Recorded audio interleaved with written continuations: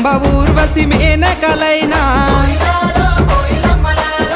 నీ అందము చూస్తే అసూయ పడతరే ఇంతటి అందాన్ని ఆ బ్రహ్మదేవుడు ఎంతెంత కష్టపడి రూపుదిద్దినాడో దివిలోన నీ ఉంటే దేవుళ్ళు కూడా